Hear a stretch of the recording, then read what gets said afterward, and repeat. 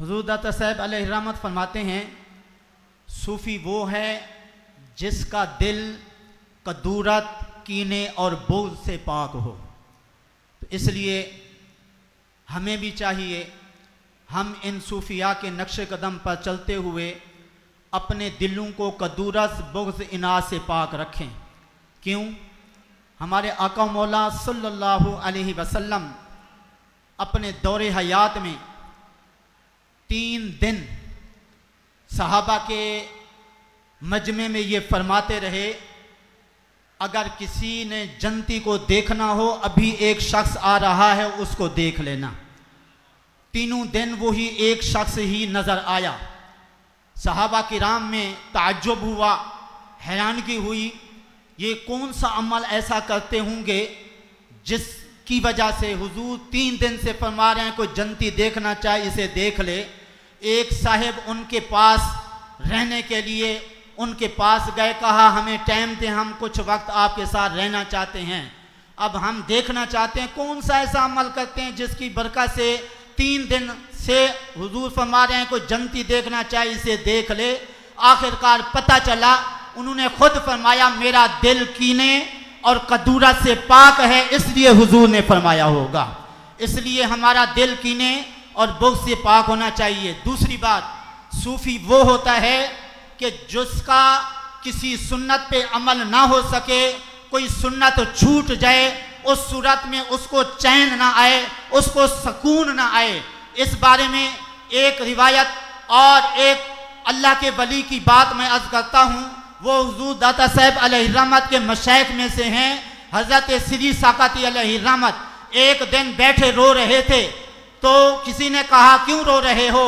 فرمایا تم تو آج مجھے روتا ہوا دیکھ رہے ہو، میں 30 سال سے رو رہا ہوں یہاں پہ، 30 سال کا عرصہ ہو گیا روتے ہوئے، وجہ کیا ہے؟ فرمایا حضور کی سنت پر عمل نہیں کر سکا۔ قیامت کے دن حضور کی بارگاہ میں حاضری ہوگی، حضور فرمائیں گے میرا فرمان آپ تک پہنچا تھا، آپ نے کیوں عمل نہ کیا؟ میں کیا جواب دوں گا؟ اب وہ سنت کون سی تھی؟ سنت یہ تھی، بغداد کے بازار کے اندر دکانیں تھیں، آگ لگی، باقیوں کا نقصان ہوا، حضرت سری ساکتی علیہ رحمت کی دکان بچ گئی۔ جب سنا باقیوں کا نقصان ہوا، ان کی دکان بچ گئی، فرمایا الحمدللہ۔ پھر ذہن میں خیال آیا، آقا کریم صلی اللہ علیہ وسلم نے فرمایا کسی ہمسائے کو اگر کوئی خوبی پہنچے، اچھائی پہنچے تو مبارکباد دو، اگر کوئی مصیبت پہنچے تو تم تعزیت کرو۔ میں نے تعزیت کی بجائے الحمدللہ پڑھا اور میں خوش ہوا، میری دکان بچ گئی۔ اور آقا کریم صلی اللہ علیہ وسلم نے فرمایا احب للناس ما تحب لنفسک، جو کچھ اپنے لیے پسند کرتے ہو تم دوسروں کے لیے بھی وہی کچھ پسند کرو۔ تو میں نے اپنے لیے تو یہ سوچ لیا، میرا فائدہ ہوا، دکان بچ گئی، دوسروں کے نقصان کے بارے میں نے کیوں نہ سوچا؟ قیامت کے دن حضور کو کیا جواب دوں گا؟ اور پھر اللہ پاک نے ان صوفیاء کرام کی اتباع کرنے کا فرمایا ہے۔ کیوں؟